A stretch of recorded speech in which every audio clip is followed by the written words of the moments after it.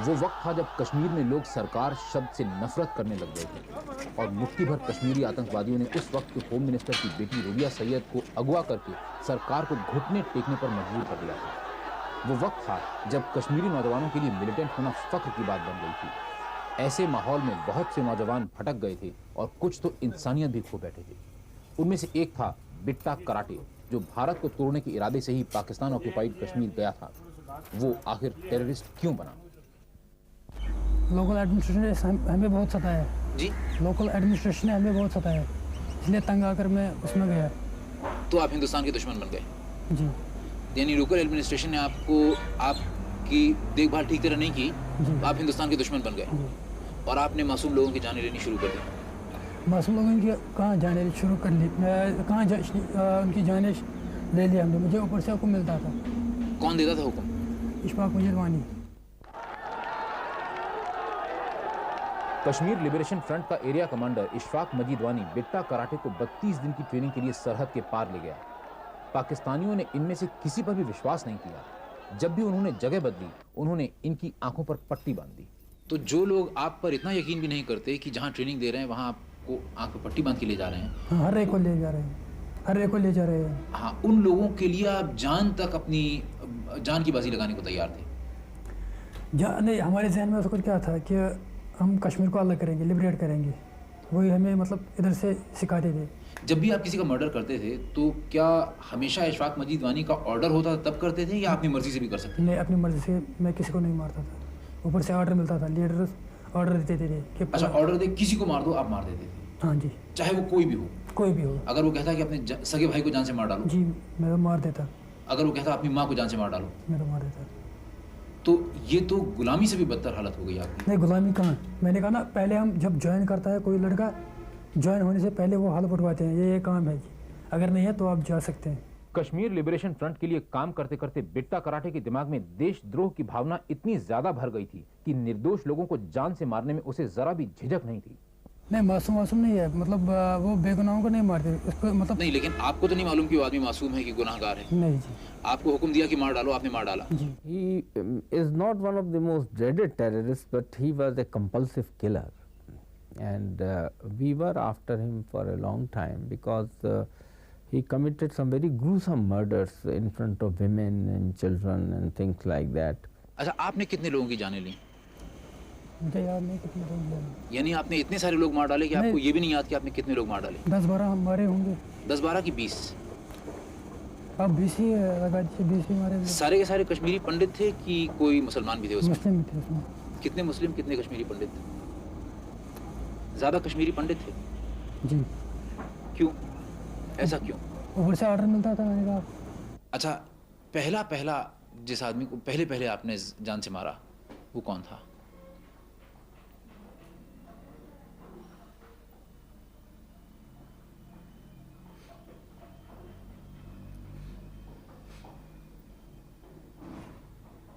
पहला कत्ल कब किया आपने?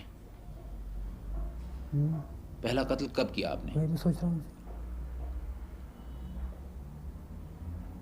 पहला मर्डर मैंने सतीश को मारा। सतीश कौन? सतीश कुमार टिक्कू कौन था ये? मुझे ऊपर से मतलब ऑर्डर दिया गया कि उसको हिट करो, मैंने किया। कौन था ये? पंडित लड़का। सिर्फ इसलिए कि पंडित था? नहीं, वो शायद आरएसएस का था। तो क्या आरएसएस का होना किसी के लिए गुनाह है? यानी अगर कोई आदमी आरएसएस का मेंबर हो तो आप उसे जान से मार डालेंगे? मैंने कहा ना, मुझे ऊपर से इंस्ट्रक्शन मिलता था कि फलानी को मारो। अगर मेरी जगह किसी और को मिल जाता कि फलानी को मारो, उसको मारना था। जिस लड़के ने, बिट्टा कराटे ने सतीश को जान से मारा, उसके लिए आप क्या सजा मुनासिब समझते हैं? क्या समझते हैं आप? बेटा तो मेरा कहाँ से वापस आएंगे तो क्या कहूँगा। किस चीज़ से मारते थे आप? पिस्टल से। हमेशा पिस्टल से ही मारते थे या AK-47 से भी मारते थे? AK-47 से हम सिक्योरिटी वालों पर एक्शन फायरिंग करते थे।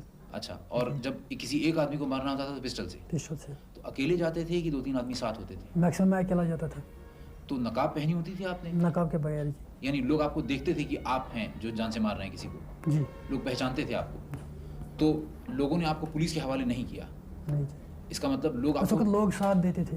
अच्छा, कभी ऐसा हुआ कि आपने जिस आदमी को मारना चाहा, आपने कोशिश की लेकिन आप फेल कर गए? नहीं जब भी आपने कोशिश की सफल हुए? जी, सफल हुए। मैं जिधर निशाना चाहता था लगा उधर बराबर पहुंच जाता। तो इसमें क्या खासियत थी आपकी, मतलब क्या बात थी कि आप हमेशा सफल हो जाते थे? मतलब मसल पावर पे होते हैं, मसल पावर।